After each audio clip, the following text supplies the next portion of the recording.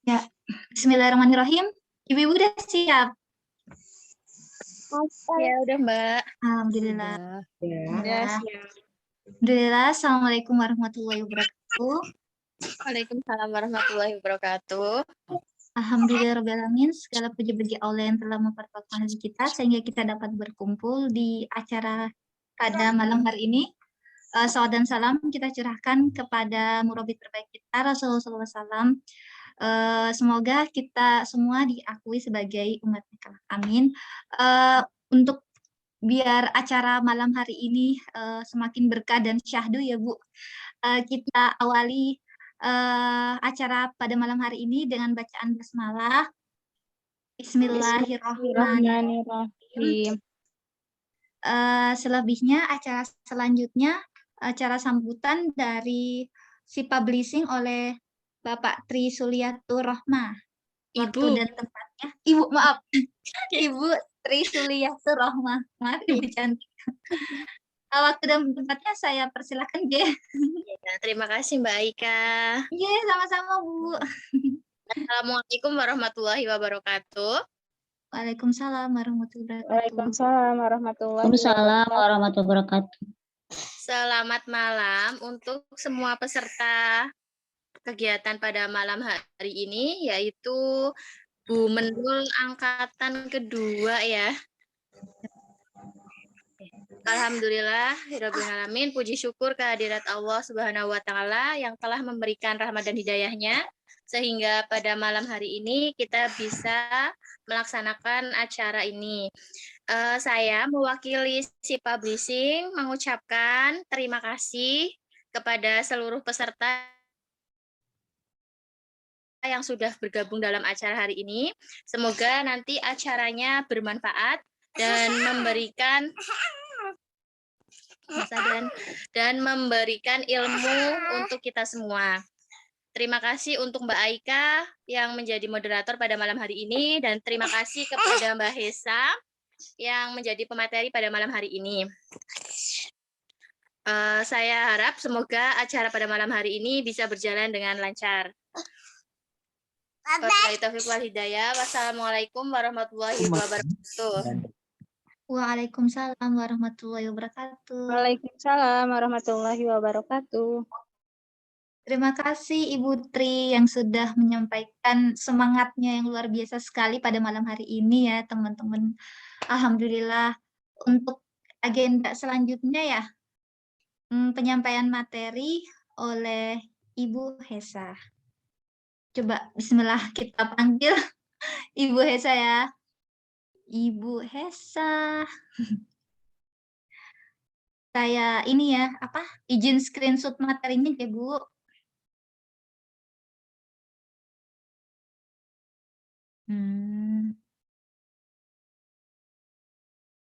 Oh iya. Sebelum saya share screen materinya, saya share screen CV Ibu pembicara kita pada malam hari ini ya, Bu. Ya, ini. Sudah kelihatan belum Ibu-ibu? Sudah. Udah.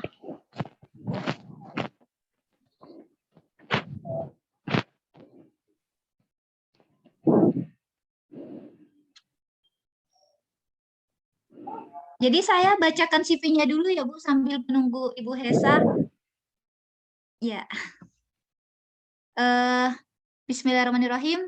Jadi ini adalah CV dari pembicara keren kita pada malam hari ini. Nama lengkap Bu Hesti Kartika Dewi, seorang sarjana kehutanan ternyata, Masya Allah. Jadi seorang sarjana kehutanan pun bisa ya jadi seorang penulis, Masya Allah banget gitu. Nama pena Hesa Kartika, tempat tanggal lahir Semarang 11 April 1983, agama Islam, status menikah dengan mempunyai 3 anak. Alhamdulillah. Pendidikan terakhir sarjana Fakultas Kehutanan Universitas Gadjah Mada. Alamat domisili Klaster Dinner Indah Blok 4D nomor 8 Matese Tembalang Semarang. Jadi ibu-ibu kalau lagi silaturahmi di Semarang mungkin bisa main ya Bu di Semarang. Saya juga sama Bu Hesa juga di Semarang sih Bu. Masih ketemuan gitu. Ini CV-nya, ini kontak personnya si Bu Hesa.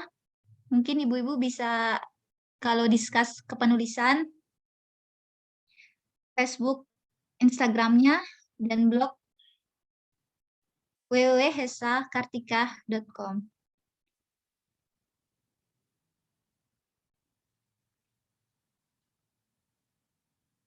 Aktivitas dan profesinya, Masya Allah, sebagai founder pejuang literasi.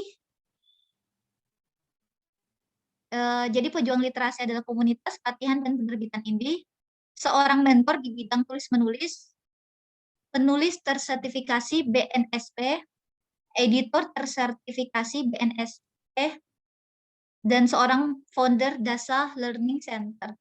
Pelatihan dan pengembangan SDM, soft skill dan hard skill, seorang master, mentor tersertifikasi BNSP, seorang trainer bidang soft skill, pemetaan potensi bakat, dan pemagangan nasional Kementerian Tenaga Kerja RI. Seorang asesor kompetensi, seorang co-founder Yayasan Aksi Insan Mulia, Lembaga Sosial Kemanusiaan, Pendidikan, dan Pemberdayaan Masyarakat di manajer operasional.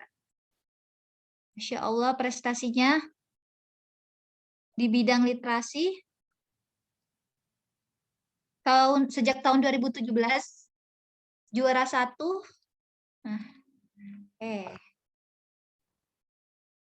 Event Cerpen tema hujan dan embun Ars Publisher juara 1. Event Cerpen tema bangkit Naver Publisher juara 3. Event Cerpen tema perempuan Titisan Senja Kars Publisher. Wah, ini saya scroll ke bawah ini prestasinya nggak habis-habis ya, Bu. Masya Allah banget ya, Bu. Ini jejak literasi 2017, genre anaknya ada aksi detektif cilik. 45 cernak, fairy tale, let's play, mengenal anatomi tubuh, ulama pengubah dunia, dan seterusnya. Kalau yang di sini genre dewasa, jejak literasinya Masya Allah banget ya. Masya Allah banyak banget.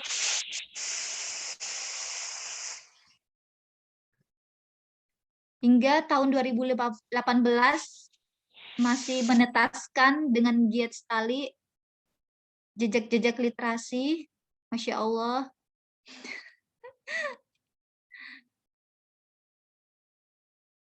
Ya, nggak habis-habis ya, Bu. Tahun 2019 juga, alhamdulillah masih aktif menetaskan jejak-jejak literasi. Hingga tahun 2020, Masya Allah. Dan terakhir tahun 2021. Wah, keren sekali ya, Bu. Saya sampai terpanah melihatnya. Masya Allah. Ya, itu tadi. Bismillah. Itu tadi sedikit, bukan sedikit, tapi banyaknya prestasi luar biasa dari pembicara kita pada malam hari ini. Jadi kita harus semangat ya, Bu. Untuk apalagi saya yang masih jomblo ini ya, untuk semakin semangat menulis kayak gitu. Untuk Ibu Hesa, apakah Ibu Hesa sudah di lokasi? Assalamualaikum Ibu Hesa. Waalaikumsalam warahmatullahi. Alhamdulillah. Waktu dan tempatnya saya persilakan Ibu Hesa. Monggo, Bu.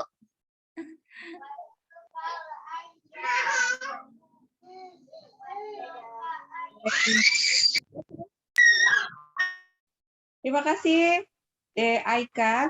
Apa Ya, kabar? Bu, sama-sama. Alhamdulillah, Bu. Alhamdulillah ya malam ini kita bisa dipertemukan dalam Alhamdulillah. ruang virtual yang hangat ini ya. Ya Allah. Ibu-ibu pembelajar ini ya, ibu-ibu pembelajar ini, Masya Allah ya, 107 Ya partisipan. Allah. Masya Allah. Ini luar biasa. Jadi pada malam hari ini kita juga harus semangat ya di AIK ya, karena Semangat, ibu Bu. Ya. bunda yang belajar bareng sama kita ini semangatnya membakar ya. Ya. Baik, mungkin langsung aja karena saya sudah memohon maaf ya karena tadi sempat agak telat masuk ya. Itu kalau tadi portofolionya sepertinya harus ada beberapa yang direvisi tadi ya. Itu saya mungkin salah kirim itu udah ada yang baru. Satu dengan 5 anak sekarang. Masih 3 anak ya Masya Allah. Jadi Iya, mohon maaf, Bu. 3 bulan yang lalu melahirkan bayi kembar buda-buda. Jadi agak repot mengkondisikan si kembar dulu ya, nenek kanan kiri sehingga telat masuk untuk di ruangan ini. Mohon maaf ya, dimaafkan. Ya, Bu. Baik, tidak usah terlalu panjang untuk intronya. Ini saya yang slide, yang share screen atau dari DIK yang share screen? Saya aja, Bu, nggak apa-apa. Ya, saya aja, Bu. Baik, maka malam ini kita akan belajar bersama, bunda-bunda, tentang apa sih itu ensiklopedia anak ya. Kita akan nantinya goal-nya adalah menulis sebuah antologi tentang ensiklopedia anak. Nah, temanya apa? Nanti bisa kita diskusikan bersama setelah kita belajar malam ini. Baik, next.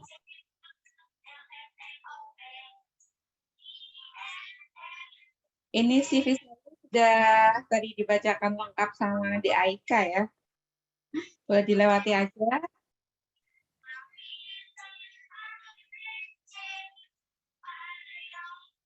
Nah, apa yang akan kita diskusikan pada malam hari ini? Yang pertama kita akan bahas tentang motivasi menulis, kemudian apa itu cerita anak, karena nantinya ensiklopedia kita itu akan berkaitan dengan anak-anak. Kemudian kita juga akan simak juga ya, mengulas kembali tentang apa sih itu ensiklopedia, dan yang terakhir tentunya kita akan belajar bersama tentang langkah menulis ensiklopedia anak. Nah, ini yang pengen saya tanyakan nih ya. Apa sih motivasi dari bunda-bunda itu menulis? Boleh ya? Kita dengar dulu suara mungkin 2-3 orang di Aika. Iya. Ibu-ibu motivasinya menulis. Ada yang ingin angkat suara? Ya.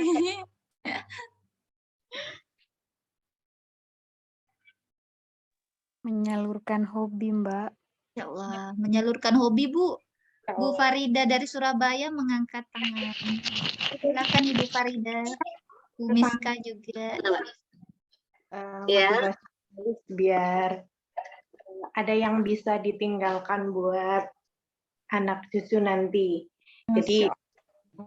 Jadi mungkin kita punya pengalaman atau punya apa gitu kan kita nggak tahu ya bisa membagikannya sampai kapan.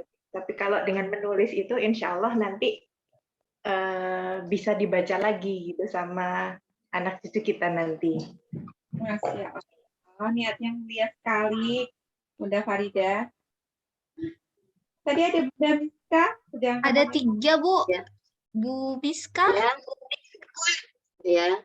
Kalau saya motivasinya yang pertama untuk menyampaikan pesan-pesan moral lah, menyampaikan ide-ide yang ada di pikiran saya atau ilmu-ilmu yang saya ketahui dan untuk amal jariah. Ya Allah.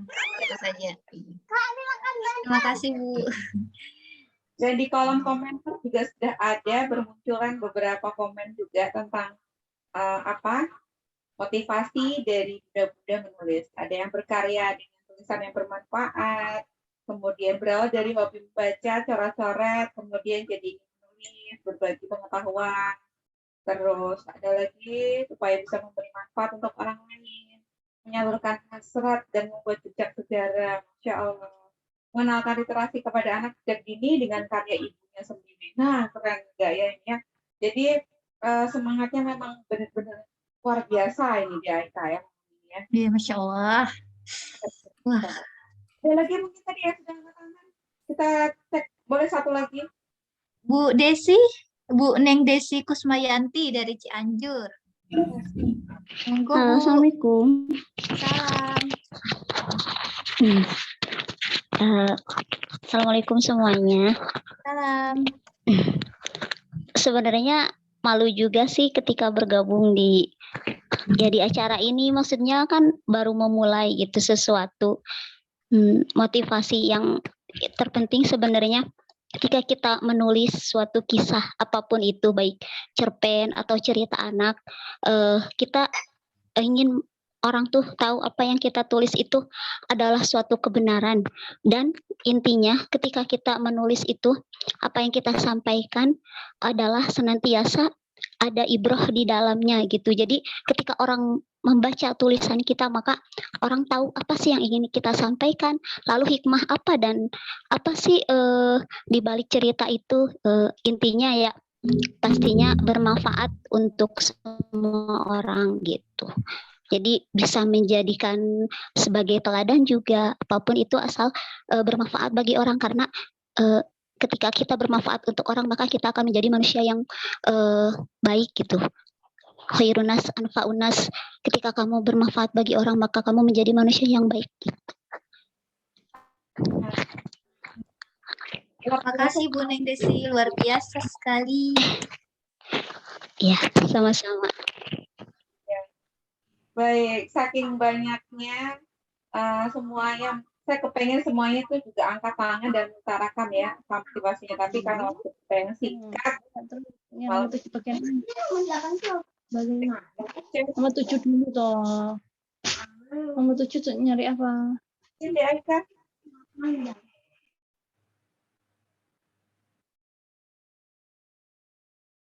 Nah, ternyata yang saya kutip dari kitab suci di agama saya yang saya yakini, mungkin kalau ada yang berbeda keyakinan dengan saya mohon maaf ya. Menurut yang saya yakini, membaca itu memang adalah perintah Allah ya bunda-bunda. Buktinya ada di ayat Al-Quran yang pertama kali turun diwahyukan kepada Rasulullah, yaitu surat Al-Alaq ayat 1 sampai dengan ayat 5. Nah, ini adalah pertimbangannya yang saya kutip ya. Yang pertama, bacalah dengan nama Tuhanmu, ya, ayat pertama. Kemudian ayat kedua diulang lagi, bacalah, seperti itu. Sehingga ketika saya mencoba mengkajinya, kita kaji lebih lanjut tentang ayat tersebut, ternyata betapa Allah itu menurunkan perintah tentang membaca sebagai wahyu pertama. Nah, ini menandakan bahwa ternyata membaca itu sangat penting sebagai landasan keilmuan, bahkan sampai Allah itu mengulang sampai 2 kali. Sesuatu yang diturunkan pertama kali itu pastinya ada sesuatu yang penting dan utama ya. Ternyata sebelum ada perintah untuk sholat, zakat, puasa dan seterusnya, ada yang namanya wahyu pertama kali, yaitu adalah perintah tentang membaca. Sehingga ketika ada Iqra ya dalam Al-Alaq ayat 1 sampai dengan 5 pertama kali turun itu, artinya membaca juga bagian dari perintah Allah karena ada dalam kitab suci agama kita. Gitu ya? Sepakat ya? Semoga sepakat dengan kita. Ya, sepakat. Nah, lalu ada juga tentang perintah menulis, bunda-bunda. Dan ini diriwayatkan dalam sabda Rasulullah ya. Jadi Rasulullah itu juga memberikan nasihat kepada umatnya tentang menulis. Sampaikanlah dariku wahyu hanya 1 ayat. Jadi menulis itu juga bisa jadi bagian dari jalan dakwah dengan berbagi ilmu, kemudian menyampaikan kebaikan dan kebenaran. Itu sudah banget tadi ya nyangkut di beberapa niat yang sudah diungkapkan beberapa bunda juga. Nah, Imam Syafi'i juga pernah nih ya mengutarakan ya, ikatlah ilmu dengan menulis. Jadi kalau ilmu itu diibaratkan adalah sebuah hubungan dan tulisan itu adalah ikatannya. Sehingga ketika kita setelah berguru, pastinya kita juga nggak akan melepaskan buruan begitu saja ya, diikat buruan itu. Nah, menulis itu adalah bagian dari sebuah cara untuk mengikat ilmu. Begitu. Baik, lanjut di Aika. Ya, Bu. Nah, makanya sebelum kita menulis, bangun dulu motivasi dalam diri kita, kuat-kuat, temukan strong way, kenapa harus menulis? Nah, sebaik-baik niat tentunya adalah niat yang berdasarkan pada cari ridha Allah Subhanahu wa taala ya. Dan jika ketika kita suatu saat down, kita akan ingat betul bahwa saya berniat menulis itu untuk ibadah. Saya berniat menulis itu untuk berbagi ilmu. Saya berniat menulis itu untuk mencari ridhonya Allah seperti itu. Sehingga kita akan lebih mudah untuk up lagi. Dan down-nya nggak lama lagi. Insya Allah begitu. Siap ya Bunda ya? Kita sama-sama semangat ya. Baik, poin kedua kita akan ngobrol ceritaan. Apa sih itu cerita anak? Nah, ini pertanyaan lagi nih, Aika. Boleh nih dikasih kesempatan kepada bunda-bunda yang tadi belum sempat untuk menjawab. Ibu Anita Katarina mungkin yang sudah raise hand. Monggo Ibu Anita Katarina. Ya, Monggo Ibu. cerita anak kalau menurut saya adalah Ya. Cerita yang di dalamnya berkisah tentang kehidupan seputar anak-anak itu sendiri, baik itu yang sehari-hari maupun bisa juga di dalamnya seperti dongeng begitu, yang biasanya para bunda-bunda menceritakannya sebelum tidur seperti itu. Jadi di mana cerita anak ini sendiri, kalau menurut saya kita harus menggunakan bahasa yang sederhana, bahasa yang mudah dimengerti anak-anak, sehingga mereka memahami ketika kita bercerita, lalu tentu saja biasanya cerita itu akan selalu kita ingat. Seperti itu, Mbak. Makasih. Makasih Bu Anita Katarina, Masya Allah ya jawabannya. Ibu-ibu di sini masih ada yang ingin raise hand, angkat tangan Ibu untuk cerita anak. Ini banyak loh yang sudah punya pengalaman menulis ternyata. Iya. Ada Bunda Rina, terus ada Bunda Novalia, ada siapa lagi ya ini ya? Saya agak-agak akrab ya dengan beberapa nama yang ada di kelas ini. Masya Allah.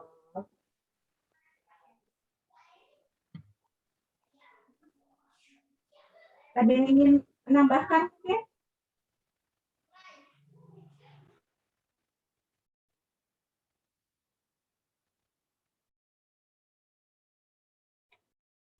Belum ada yang rasain lagi, ya Ika. Baik, kita lanjutkan.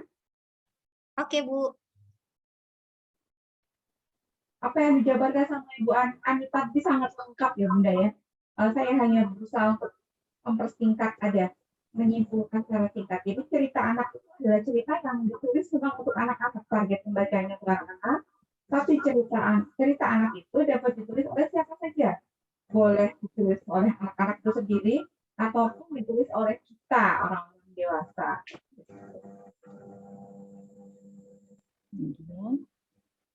Lanjut. Ya, Bu.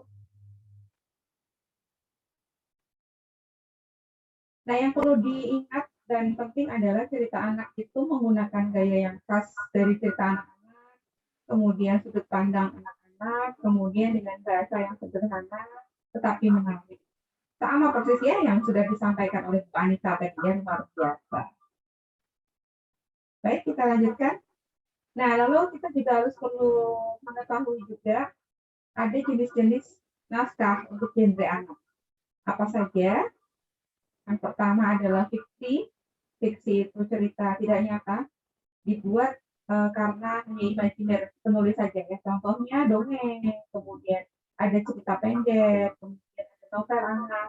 Nah, termasuk di dalamnya adalah komik ya. Terus kemudian yang kedua adalah non-fiksi. Non-fiksi ini bukan karangan.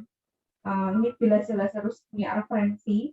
Kemudian non-fiksi itu biasanya juga membuat kita mengetahui tentang suatu ilmu atau pengetahuan tertentu.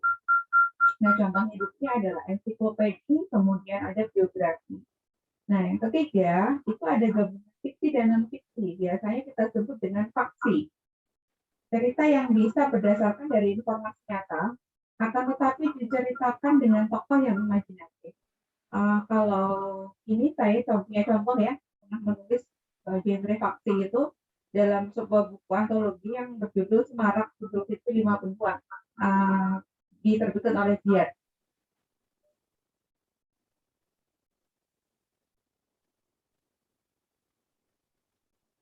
Lanjut. Tapi hal yang paling penting dalam menulis cerita anak adalah nilai yang disampaikan. Betul, tadi sudah disampaikan juga seperti kita nih. Jadi nilai kebaikan yang dikemas dengan cerita yang menyenangkan, seperti itu ya. Dan tidak hanya mendapatkan hiburan, tapi juga anak itu ketika membaca itu diharapkan juga belajar banyak kebaikan serta setelah membaca cerita tersebut. Seperti itu.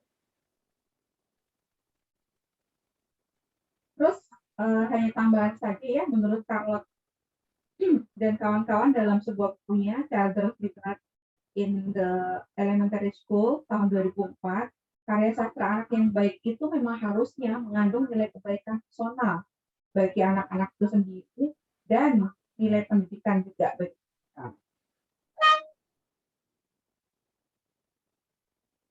Kira-kira tentang cerita anak ada yang ditanyakan mudah-mudahan tentang jenis-jenis, genre-nya dan lain-lain?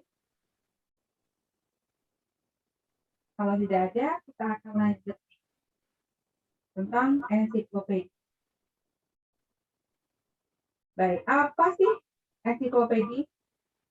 Nah, ini sudah dibocorin. Saya mau nanya. Maaf, Bu.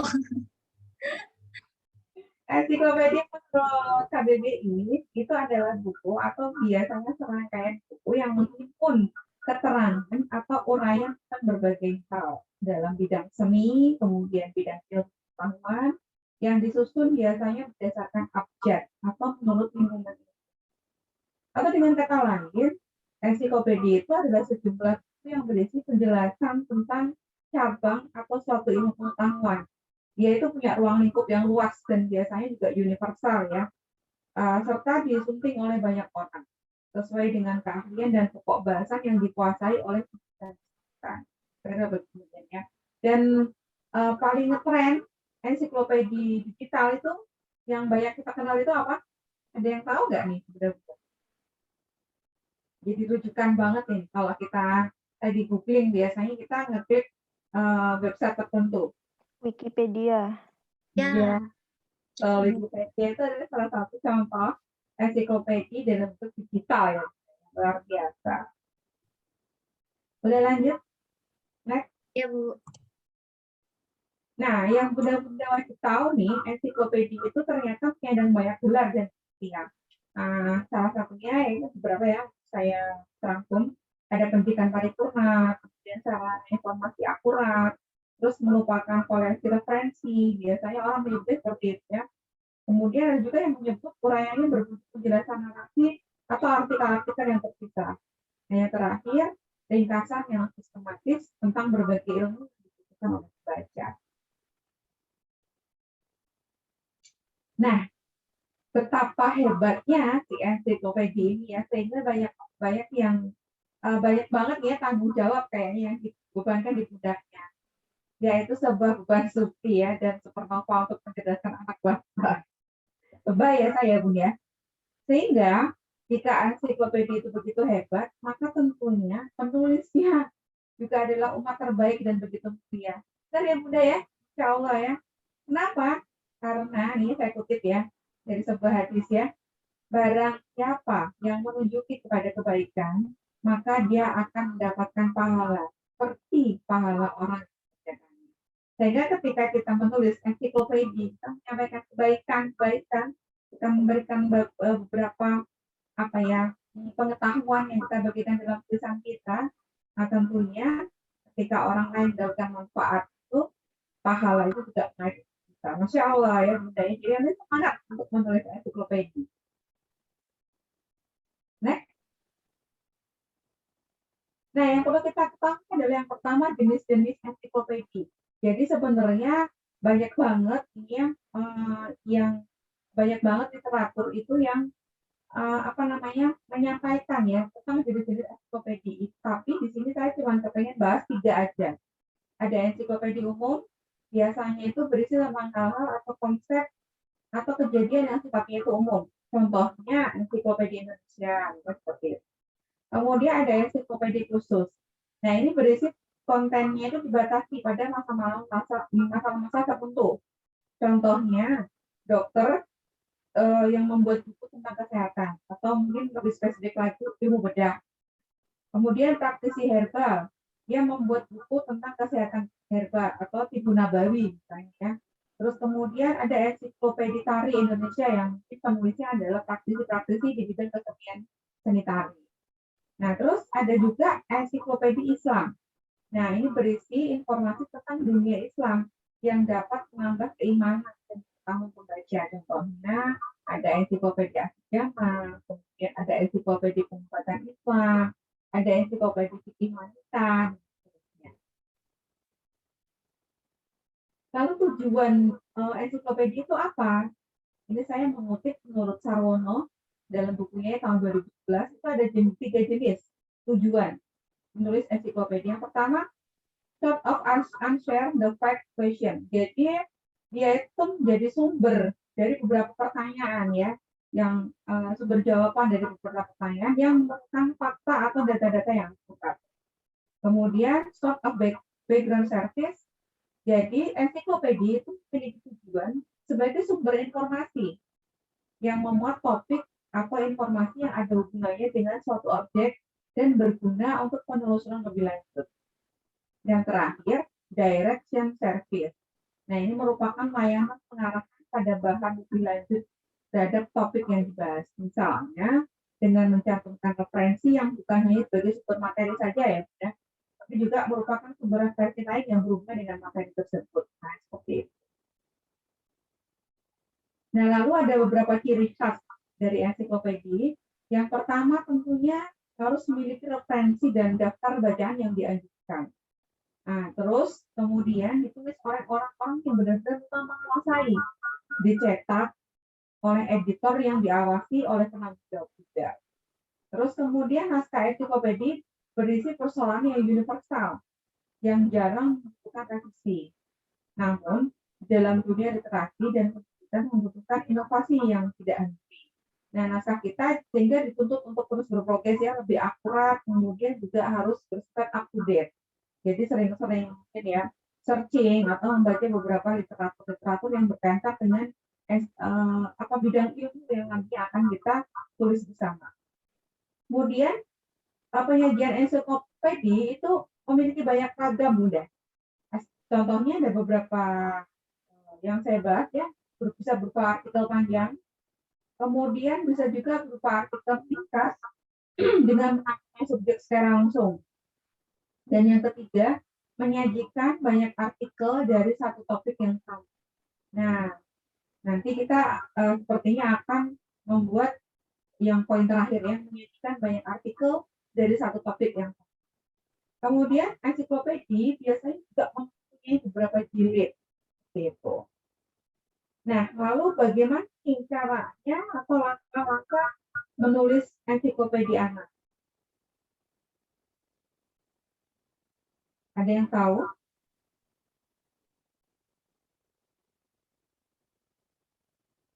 Ini antung-antung ya, guys. Riset dulu, Bunda. Riset, Bu. Riset, oke, pastinya ya riset. Boleh dulu?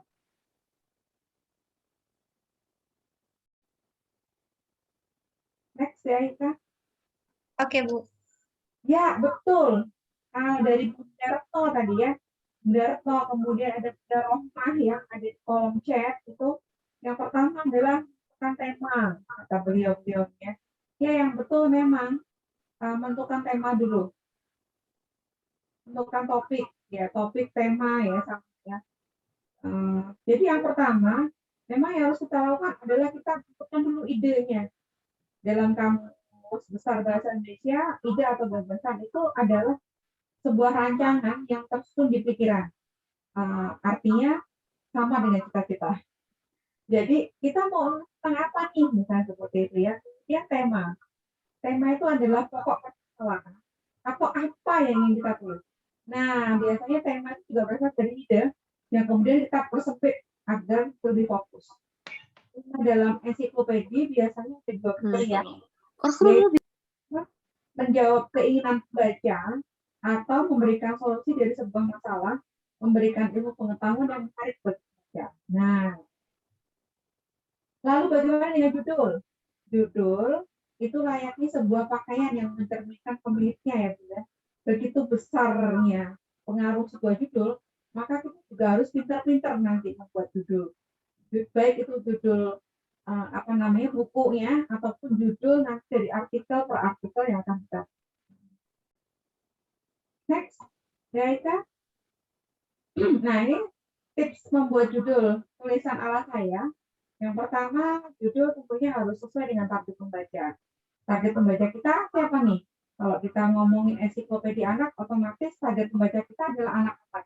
Sehingga nanti kita harus punya ide juga untuk menggunakan judul yang menarik nih untuk dibaca anak. Terus kemudian menimbulkan rasa ingin tahu. Kemudian mengandung informasi yang dibutuhkan. Jadi dari awal, karena ini ensiklopedi ya, kita itu sudah bisa memberikan gambaran besar dulu. Ini artikel yang akan kita tulis itu tentang apa. Kemudian sederhana, tidak terlalu panjang, akan tetapi menarik. Next. Yang pertama tadi adalah tentang topik, tema, ide, dan judul. Yang kedua data yang akurat. Tadi yang disampaikan sama Bunda Uzi ya, sepertinya nomor riset. Nah, sinilah data akurat ini yang kedua. Setelah kita menentukan tema, kemudian ide, judul, kita melakukan riset atau data yang akurat. Dalam membuat ensiklopedi, data dan referensi yang diambil harus valid. Sumber rujukan itu harus jelas. Sumber yang paling baik adalah memang buku, kemudian jurnal, media massa, lalu sumber berita online yang memiliki akreditasi tinggi ya. Kemudian sumber rujukan itu juga boleh dari wawancara, kemudian mungkin melakukan eksperimen sendiri seperti itu ya, dan observasi yang dilakukan oleh penulis. Nah, untuk buku, kemudian jurnal ilmiah juga sebaiknya memang tidak boleh lebih dari usia 5 tahun. Sehingga ketika kita mau bikin 2021 ya, berarti kita harus merujuk kepada referensi buku yang maksimal dibuat atau diterbitkan tahun berapa, udah? 2016. Betul, 2016. Jangan terlalu jauh ya, karena kadang itu tidak up to date lagi. Boleh next. Dan ketiga, ketika kita sudah menentukan ide, kemudian tema, judul, lalu melakukan riset, yang ketiga, kita mulai menulis. Nah, tulisan kita itu harus sistematis, Bunda. Beberapa dengan cerita fiksi itu alurnya kan boleh maju, mundur, atau mungkin flashback gitu ya. Nah, tulisan di ensiklopedi itu harus runut, teratur, dan tersistem. Nah, bagaimana solusinya agar tulisan kita itu nggak lompat-lompat seperti Pangeran Godok? Ya, otomatis kita harus membuat mind mapping dulu, dan kemudian kita menyusun kerangka tulisan. Nah, itu saya typo ya, mohon maaf. Mind mapping itu apa? Mind mapping itu adalah peta pikiran yang biasanya berupa poin-poin. Apa aja yang akan kita tulis. Nah, misalnya ketika saya membuat ensiklopedi tentang anatomi tubuh manusia, maka sebelum menulis, saya memetakan dulu nih bagian tubuh manusia itu terdiri dari organ apa aja, dan sebagainya. Nah, setelah melakukan mind mapping, langkah berikutnya adalah membuat kerangka tulisan. Jadi kerangka tulisan itu kan ada awal, kemudian tengah, kemudian bagian akhir, dan seterusnya. Dan ada referensi tentunya karena kita sedang menulis ensiklopedi. Nah, yang keempat adalah paling ini juga hal yang penting ya. Jadi awal paragraf itu harus menarik. Awali tulisan dengan pembukaan yang menarik supaya pembaca dari awal itu udah penasaran ya. Dan dia tuh nggak berhenti di tengah-tengah atau nggak berhenti dari paragraf pertama aja, males gitu ya. Tapi dia tetap akan terus membaca sampai dengan akhir tulisan kita. Dan naskah ensiklopedi biasanya itu kan cenderung flat jika dibandingkan dengan naskah fiksi ya, seperti Dongeng atau cerpen. Maka dari itu, Bunda-bunda nantinya juga PR-nya adalah membuat sebuah opening yang dapat merangsang rasa ingin tahu baca. Sehingga baca itu termotivasi ya untuk terus melanjutkan bacanya sampai dengan yang terakhir. Triknya dari saya, gunakan kalimat yang berbentuk pertanyaan, provokasi atau bisa juga dengan kutipan. Contohnya, tahukah kalian apa yang dimaksud dengan Rasyidin? Misalnya itu berupa pertanyaan. Kemudian, benarkah Umar bin Khattab telah dijanjikan masuk surga oleh Allah? Misalnya, sedangkan ia Rasulullah. Ini provokasi contohnya. Terus kemudian quotes, makanya kita menghadirkan sebuah hadis atau surah dalam Al-Quran berupa kutipan ya, yang tentunya juga tetap nyambung sama apa yang akan kita tulis tadi. Next. Nah, yang kelima, setelah tadi kita membuat kerangka ya, dan kita juga sudah mengkonsep pembukaan yang menarik. Yang berikutnya adalah tentunya menulis keseluruhan naskah. Nah, tulisnya yang seperti apa? Menulis dengan baik dan benar. Langkah-langkah yang perlu diketahui. Yang pertama, membuat kaidah paragraf yang baik, yaitu terdiri dari satu kalimat utama dan beberapa kalimat penjelasan. Ingat bahwa yang akan kita tulis adalah target pembacanya anak-anak muda, sehingga tidak perlu kalimat yang terlalu panjang. Terus kemudian pemilihan kata harus tepat dan sesuai maknanya. Nah, untuk mengetahui ini, rajin-rajin juga cek KBBI. Saat ini juga sudah ada KBBI yang daring. Ya. Kemudian, rangkai kalimat sehingga kalimat menjadi kalimat yang efektif. Rumusnya adalah ada unsur SPOK atau minimal ada SP. SP itu subjek dengan predikat. Atau SPO, subjek, predikat, objek. Atau yang paling panjang SPOK, subjek, predikat, objek, keterangan. Nah, ini bisa di-searching juga ya di Google ya. Atau kita buka buku-buku punya anak kita mungkin ya. Pada saat buku SD ya, bagaimana cara menyusun kalimat. Kemudian perhatikan juga huruf-huruf kapital dan tanda bacanya. Jadi kapan kita menggunakan huruf awal itu kapital, terus kemudian tanda bacanya titik atau koma, dan seterusnya. Next. Yang keenam, gunakan gaya bahasa yang menarik. Jadi, selain paragraf awal yang menarik, kemudian kalimat-kalimat kita efektif, sederhana, kita juga perlu memperhatikan penggunaan gaya bahasa. Itu sudah sepakati ya, ini adalah ensiklopedia anak. Berarti kita juga persiapkan diri kita untuk memberikan gaya bahasa yang menarik untuk dibaca anak. Nah, ensiklopedia ini kan tujuan untuk memberikan informasi serta berusaha mencapai objektivitas yang tinggi sehingga cenderung kaku dan menjenuhkan, biasanya begitu. Jadi solusinya setelah menggunakan kalimat yang efektif adalah menggunakan gaya bahasa seperti gaya bahasa bertutur, ya, di mana dengan gaya bahasa bertutur atau gaya sapaan itu akan melibatkan pembaca dalam isi cerita. Penulis dan pembaca bisa saling berinteraksi seolah-olah demikian, sehingga ia tidak bosan. Nah, ini yang biasanya disebut dengan bacaan jenis populer. Nah, bagaimana caranya? Jika dalam fiksi itu kan ada POV orang pertama, kedua, ketiga ya, seterusnya. Biasanya saya sarankan kalau untuk menulis ensiklopedia supaya gaya bahasa yang menarik itu menggunakan POV orang kedua. Apa itu? Sudut pandang orang kedua. Sudut pandang orang kedua itu artinya kita menggunakan kata sapa, jadi sudut pandang orang kedua ya. Contohnya begini, tahukah teman-teman, jadi kalau bayangan Buddha-Buddha itu seolah-olah Buddha lagi nulis surat gitu ya, nulis surat, terus kemudian dibaca oleh orang lain. Nah, ini sudut pandang orang kedua itu Buddhanya seperti itu.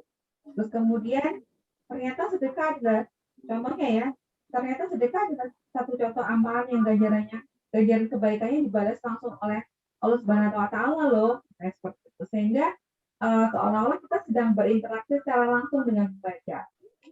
Next.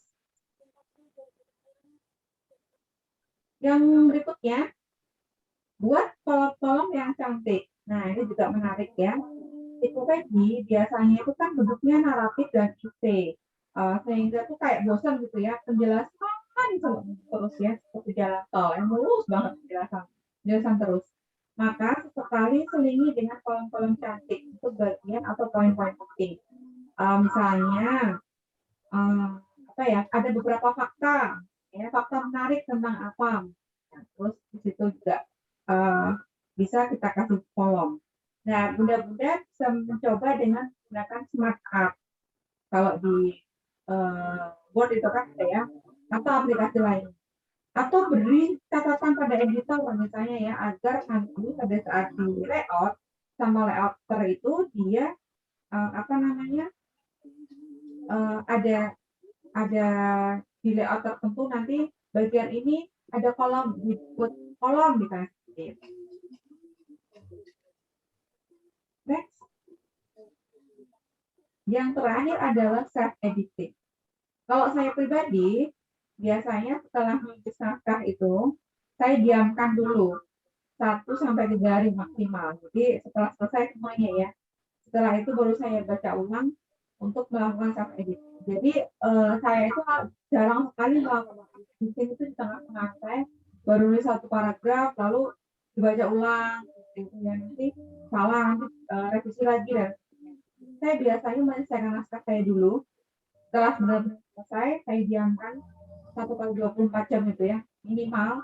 Setelah itu saya baca ulang dan baru saya melakukan revisi ketika mau diperlukan.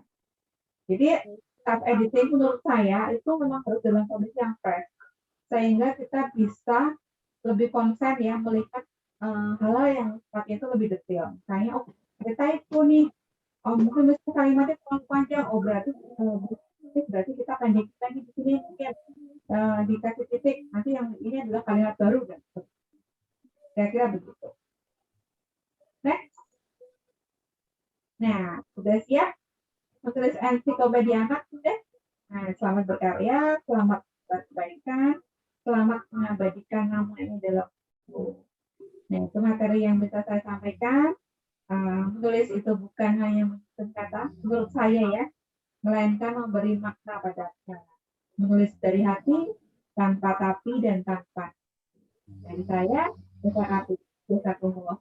saya kembali kepada moderator kita, Aida Jaya.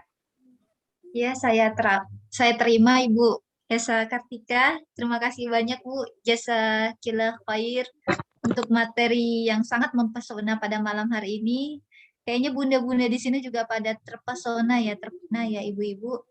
Di sini Ibu-ibu mungkin ada yang ingin ditanyakan gitu Bu dari tadi Bu, tentang eksplodia. Ada Ibu-ibu?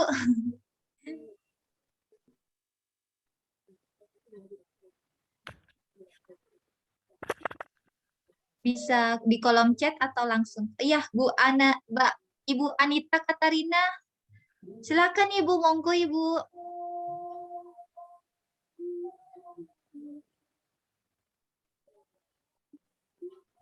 Ibu Anita Katarina, silakan.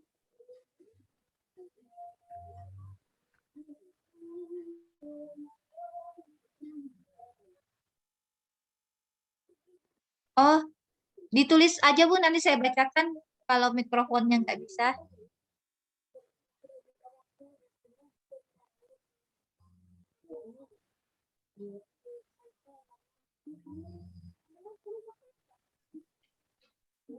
Mungkin Ibu Nafiatun. Ya. Baik. Monggo Bu. Iya. Assalamualaikum warahmatullahi wabarakatuh. Waalaikumsalam warahmatullahi wabarakatuh. Langsung nanya ya Ibu. Ini untuk pembuatan outline untuk ensiklopedia itu ada contoh-contohnya nggak ya Bu ya? Pembuatan outline untuk ensiklopedia, Iya. outline atau kerangka itu saya ada contohnya. Nanti akan saya share di grup ya. Oh iya, makasih. Kepada ini kan tema dulu, kemudian nanti baru kita bisa melakukan outline-nya. Gitu. Iya. Ya. Makasih. Sama-sama Bunda. Iya. Saya izin bertanya Mbak Aika. Iya, monggo Bu Dira.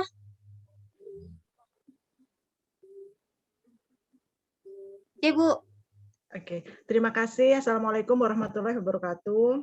Salam warahmatullahi wabarakatuh. Ya, terima kasih. Saya menyimak ini pemaparan dari Ibu Hesa, luar biasa ya. Saya langsung buka-buka ini nih buku tadi, mana nih contoh ensiklopedia gitu. Saking kepengen nulis ini ya.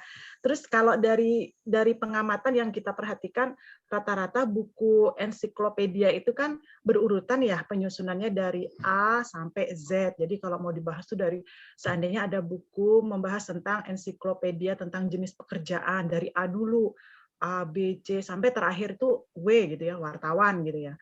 Nah, terus kalau seandainya nih kita mau menulis ensiklopedia tentang tumbuhan misalnya ya, apakah yang kita bahas itu harus runtut dari A sampai Z, atau misalnya saya mau menceritakan tentang ini adalah tanaman, mari kita mengenali bagian-bagian tanaman. Apakah boleh kita mulai dari misalnya ini adalah akar, kemudian naik ke batang, kemudian ke daun, bunga dan buah, atau dari atas dulu ke bawah, atau harus dari A sampai Z? Itu saja pertanyaannya. Terima kasih. Assalamualaikum warahmatullahi wabarakatuh. Salam warahmatullahi wabarakatuh. Sekali ya kita ya. Jadi memang sebenarnya tidak ada satu atau tidak ada ketentuan yang paten untuk membuat ensiklopedia itu dari harus dari alfabet ya, dari A sampai dengan Z misalnya. Tadi sudah ada juga di materi saya di depan tadi ya. Kalau misalnya kita ngomong tentang tumbuhan, boleh kok misalnya kita ngomongin tentang tumbuhan ya. Saya tumbuhan apa nih?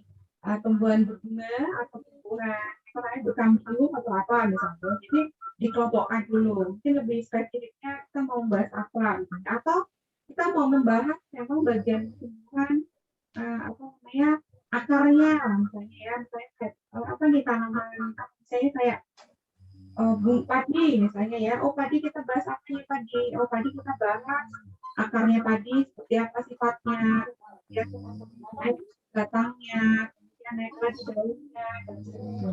Terus kemudian setelah padi selesai misalnya yang serumpun sama padi apa nih rumput misalnya, itu kita bahas juga. Sebenarnya nggak ada batasan, udah direct harus mulai dari A sampai Z itu nggak akan terus paten seperti itu. Apalagi yang akan kita susun nanti adalah ensiklopedia anak yang sebisa mungkin saya itu berinteraksi dengan anak ya sebagai target pembaca kita, anak itu supaya lebih tertarik gitu dengan cara apa namanya kita menyajikan. Sebenarnya kita masih menulis ensiklopedia loh, tapi dengan bahasa atau dengan apa ya dengan cara kita yang itu lebih menarik untuk anak.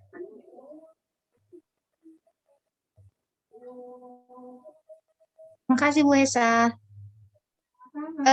Di kolom chat ada beberapa pertanyaan Bu. Oke, saya cek. Ya, dari Ibu Ayu Anwar.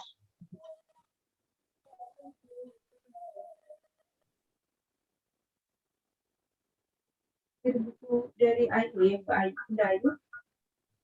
Syarat menulis ensiklopedia untuk anak berapa lama?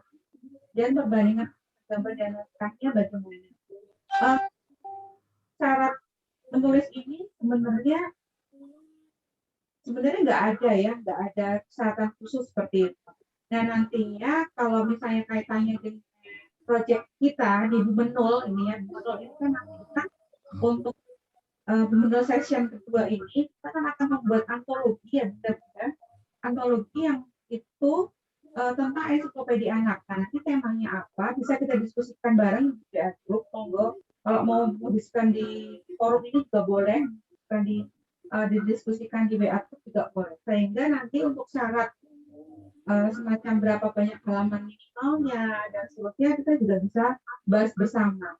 Kalau biasanya sih ya untuk supaya apa namanya cerita itu menarik, kemudian dia juga langsung begitu di awal langsung tiba-tiba sudah sampai di akhir gitu ya. Nah itu biasanya rata-rata sekitar 4 halaman A4. Terus kemudian untuk gambar dan naskahnya, nah itu juga ada perbandingan harus sekian persen itu nggak takut juga. Yang jelas gambar yang ada dalam ensiklopedia itu adalah gambar yang memberikan info tambahan seperti itu. Misalnya kita lagi bikin ensiklopedia organ tubuh. Kita mau apa aja nih? Misalnya kita bagi ya. Oh ini ensiklopedia tentang indera.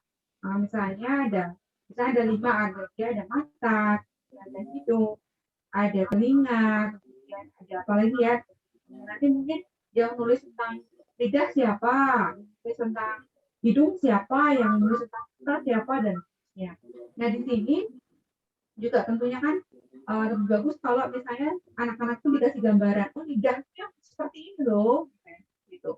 Terus ketika kita membahas tentang lidah, saya kan lidah itu berfungsi untuk merasakan beberapa rasa, titik-titiknya gimana. Nah, itu kan juga lebih bagus kalau ada gambarnya. Jadi gambar-gambar yang ada dalam ensiklopedi itu adalah gambar-gambar yang berisi penjelasan lebih detail tentang apa yang kita tulis. Gitu. Sehingga sih menurut saya memang tidak ada persentase khusus. Gitu. Lalu kemudian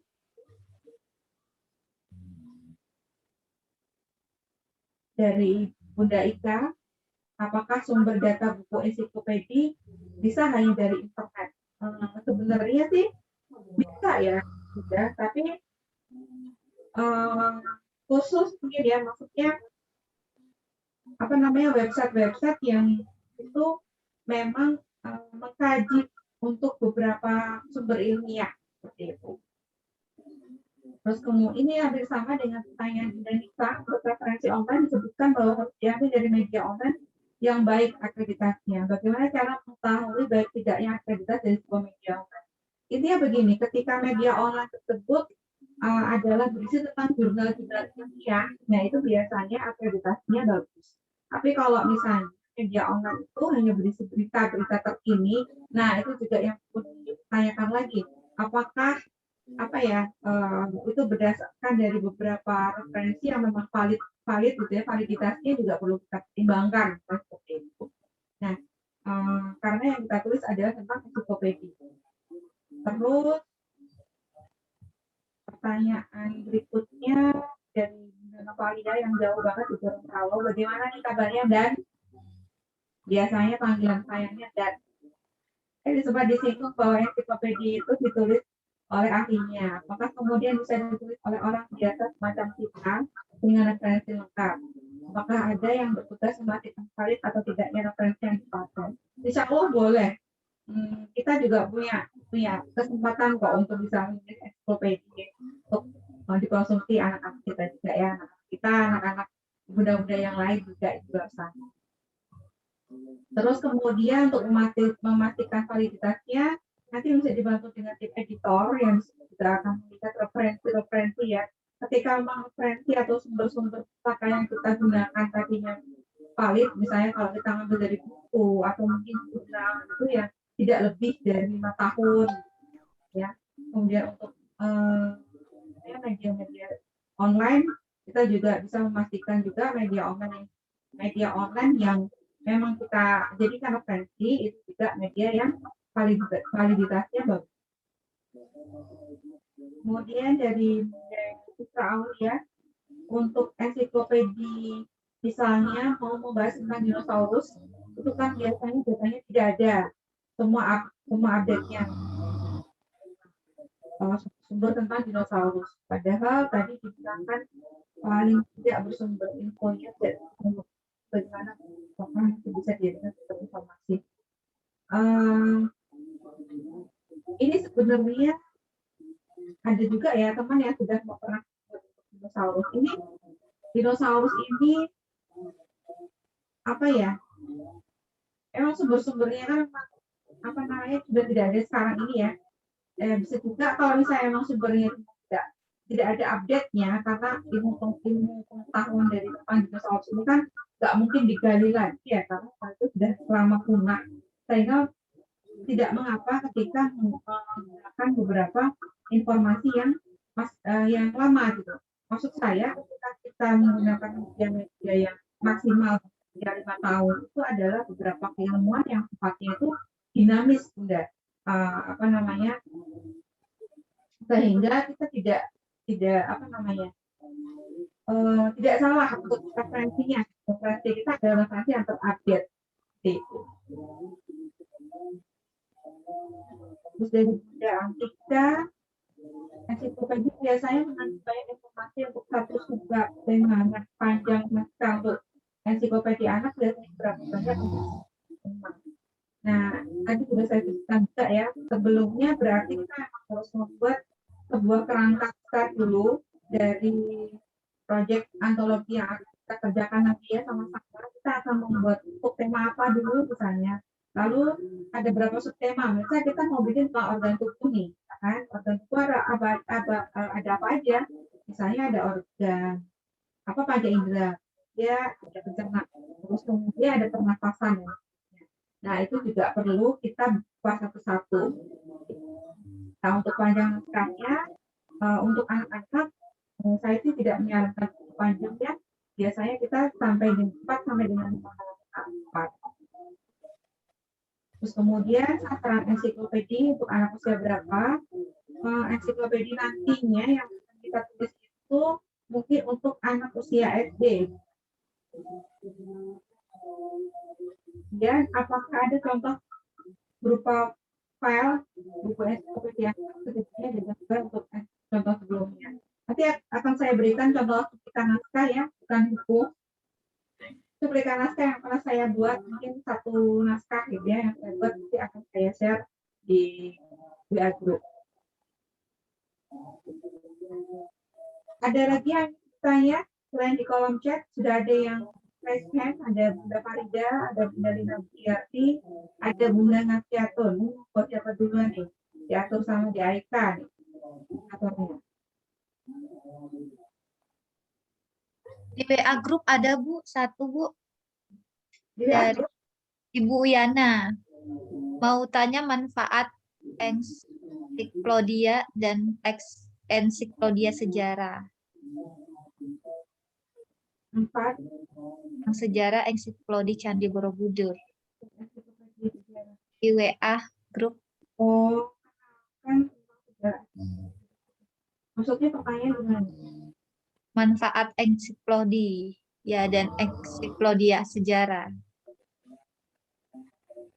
Kalau kita bicara tentang manfaat ensiklopedi sejarah, ya otomatis kita jadi lebih paham ya. Misalnya tadi kan tentang sejarah Candi Borobudur misalnya, itu kita kan tahu sejarah Candi Borobudur itu, misalnya candi itu ternyata ya setelah diteliti gitu dibangun sekitar tahun berapa, kemudian proses bangunnya bagaimana, terus kemudian di setiap stupanya itu kan ternyata ada relief ya, relief menggambarkan apa dan seperti itu.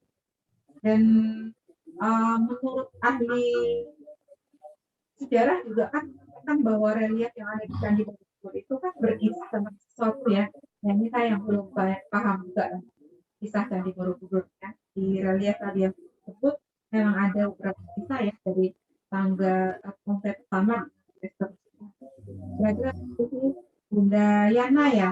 Jadi kalau kita membahas ensiklopedi sejarah ya jelas manfaatnya kita jadi lebih paham tentang apa yang sejarah apa nih yang kita baca.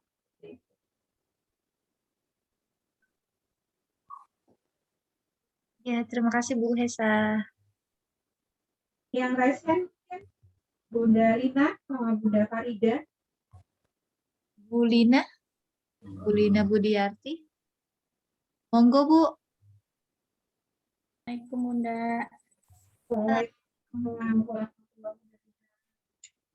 Iya, alhamdulillah. Ini dapat ilmu baru. Sinyalnya agak ini ya, sungguh tenggelam ya. Kedengeran nggak? Kedengaran Bu? Kedengaran. Yang pertama, ini mau menanyakan beberapa pertanyaan yang tadi dari awal itu ada resumenya enggak? Biar nanti kita bisa menyimak pertanyaan juga jawabannya, bisa baca-baca ulang lagi gitu. Karena ini sinyalnya kadang ada, kadang enggak. Insya Allah kelas ini di recording dan biasanya sama tim YouTube Bunda. Iya. Terima kasih.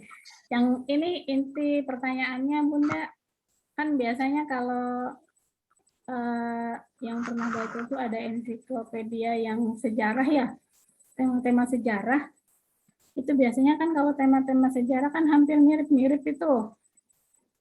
Misalnya kayak tadi contohnya tema Borobudur, itu pasti kan fakta-faktanya mirip-mirip gitu. Itu bagaimana supaya tidak seperti menulis meniru, tidak dianggap plagiat, itu gimana?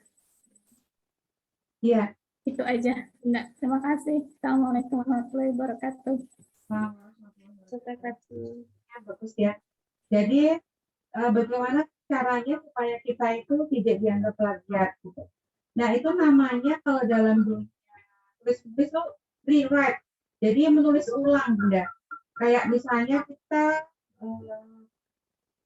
kita membuat kumpulan cerita, kumpulan legenda, kumpulan legenda rakyat, cerita rakyat. Kayak kita mungkin ada Malin Sunda, terus mungkin ada tentang siapa, dan itu kan sudah menasional ya ceritanya, orang semua tahu begitu gitu kan. Nah, tapi bagaimana kemudian kita mengemas dengan bahasa kita sendiri, Bunda, sehingga kita tidak secara kata demi kata itu tidak sama persis dengan beberapa referensi sebelumnya atau referensi yang ada seperti itu. Ini juga pernah saya alami juga ketika menulis dulu tentang beberapa cerita rakyat di Indonesia begitu. Jadi ada dari provinsi mana dan seterusnya. Jadi teman-teman itu menceritakan kembali cerita-cerita rakyat dari daerah masing-masing, tetapi dengan gaya bahasanya sendiri. Jadi referensinya begini nih, kayak cerita Cinderella misalnya, kita tahu banget ya dari A sampai Z itu seperti apa. Nah, kita packing dengan gaya bahasa kita sendiri sehingga itu tidak dianggap plagiat gitu.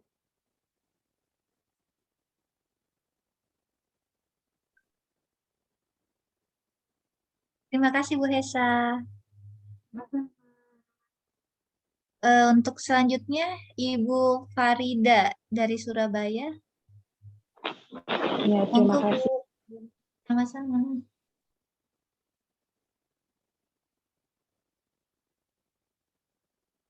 Oke, Assalamualaikum Bunda.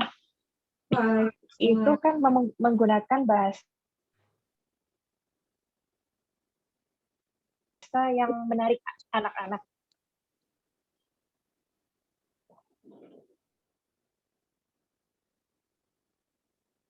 Putus ya? Suara saya terdengar nggak, Bunda? Diulang, Bu.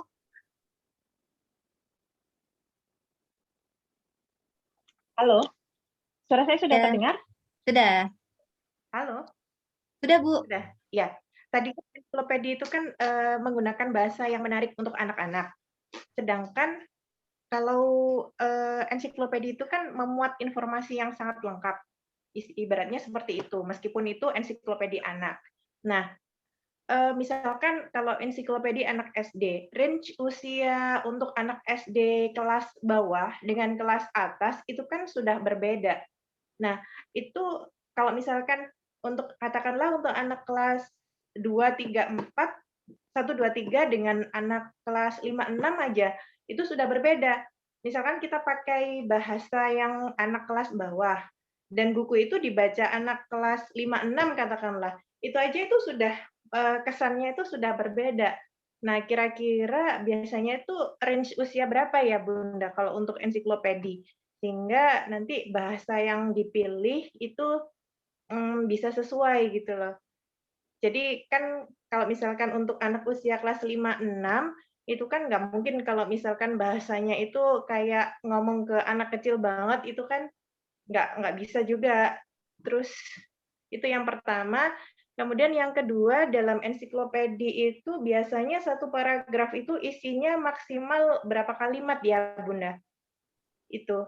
Dan kan memang itu poin-poin, tapi kan pasti ada penjelasannya. Nah, itu ada batasan nggak? Satu paragraf itu berapa kalimat, dan satu kalimat itu berapa kata maksimal? Itu saja. Terima kasih, Bunda. Assalamualaikum. Assalamualaikum warahmatullahi wabarakatuh. Jadi untuk target membaca, kita nantinya akan sepakati bersama juga, Bunda. Tapi dalam bayangan saya, rata-rata yang membaca ensiklopedia itu adalah anak-anak usia 8 tahun ke atas. Nah, jadi untuk gaya bahasa kita bisa sesuaikan dengan gaya bahasa anak-anak 8 tahun ke atas. Terus kemudian pertanyaan berikutnya, berapa kalimat dalam satu paragraf ya? Untuk satu kalimat ada berapa paragraf itu idealnya untuk semua naskah ya, nggak cuma untuk ensiklopedi, tapi untuk semua naskah secara umum itu biasanya saya lebih banyak mengingatkan teman-teman itu maksimal 10 kalimat dalam satu paragraf.